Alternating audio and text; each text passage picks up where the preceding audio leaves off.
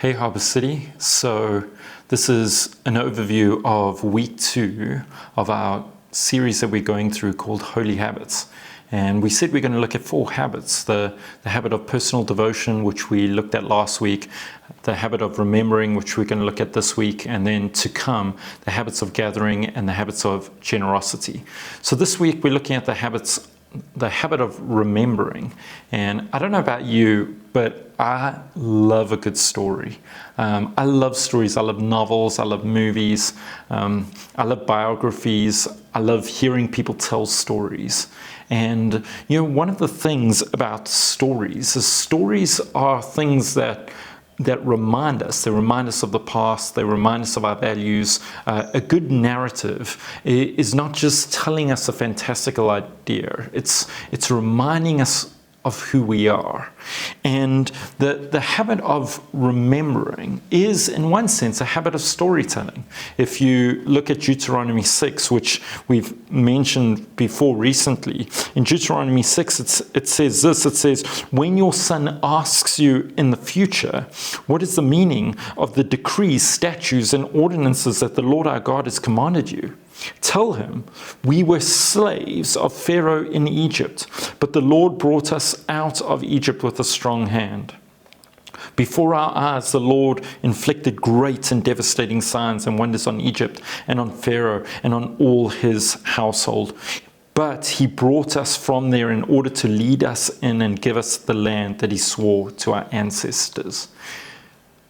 What is Moses telling the people? When they ask the question, why do we do what we do? He says, tell them the story. Tell them the story of our history. Tell them the story of what God has done. God took us out of Egypt.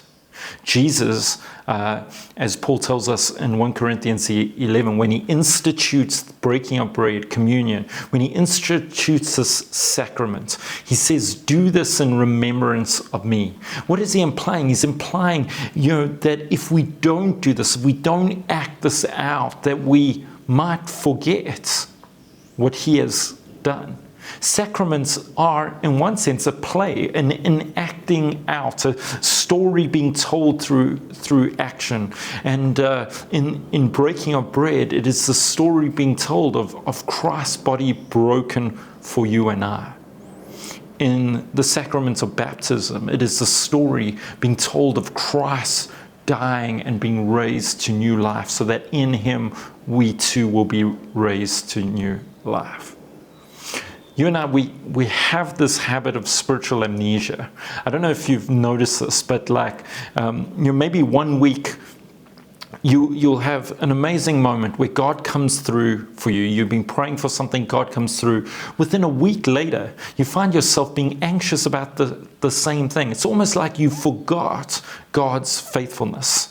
And this happens over and over again. It's like we have this tendency towards spiritual amnesia, which is the tendency to forget about God, or to forget about what he has done, or to forget about his faithfulness, or in the instance of breaking of bread, to forget about the gospel, that Christ's death, his resurrection, his body broken, is central to our faith.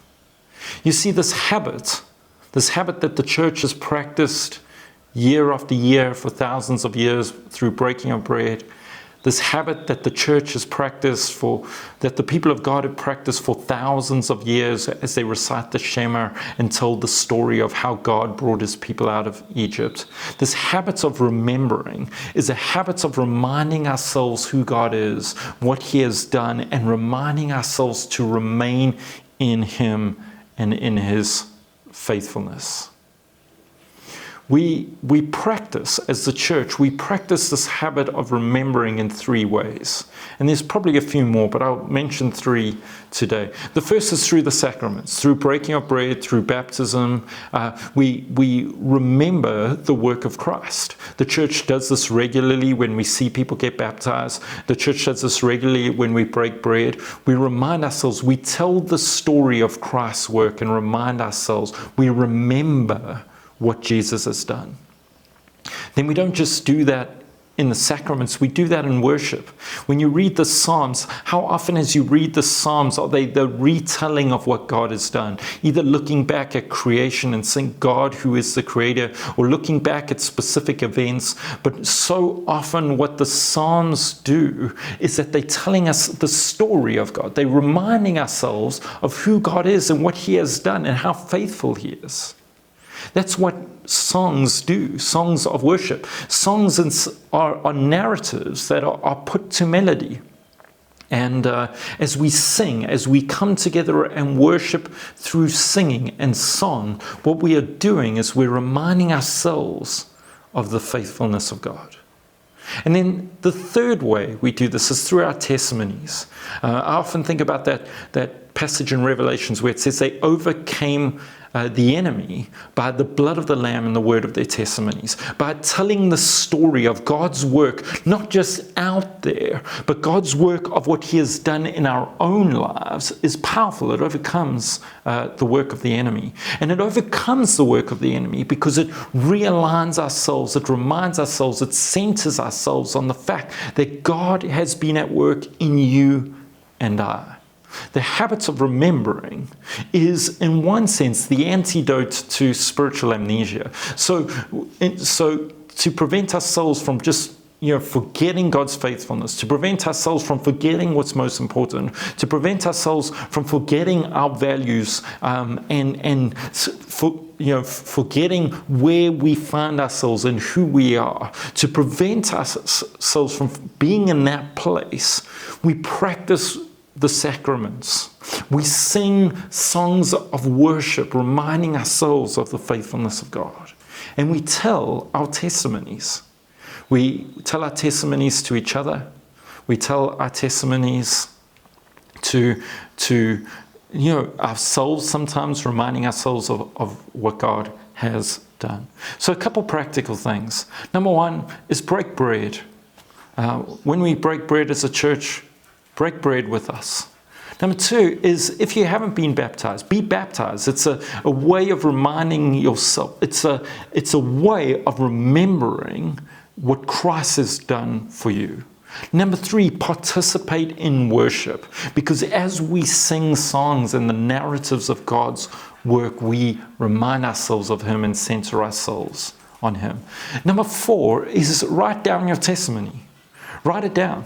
Learn to tell your testimony and find friends and places in your life group to share your testimonies. Even as we are practicing this in church at home, as we tell the testimonies of how God has spoken to us as we've been reading the scriptures. But what we want to do is we want to center ourselves in God's story and allow the narratives that come through worship and the narratives that come through preaching and the narratives that come through sacraments and the narratives that come through each other's testimonies to center ourselves in God, in who he is and what he has done. This habit is, in one sense, it's like the habit of writing down a to-do list. Some people write down the to-do list because they think that if they don't write it down, and this is true so often, then they won't remember what they need to do. In one sense, the habit of remembering is this habit of sacraments and worship and testimonies is our antidote to forgetting. It is centering our lives in God's story so we don't forget who he is and what he's done for us. So Harbour City, we are learning some habits. We're learning the habit of personal devotion, praying and reading the scriptures. And now we're learning the habits of centering ourselves in God's story through sacrament and worship and testimony. Join us next week as we look at the habits of gathering. Bless you all. God bless.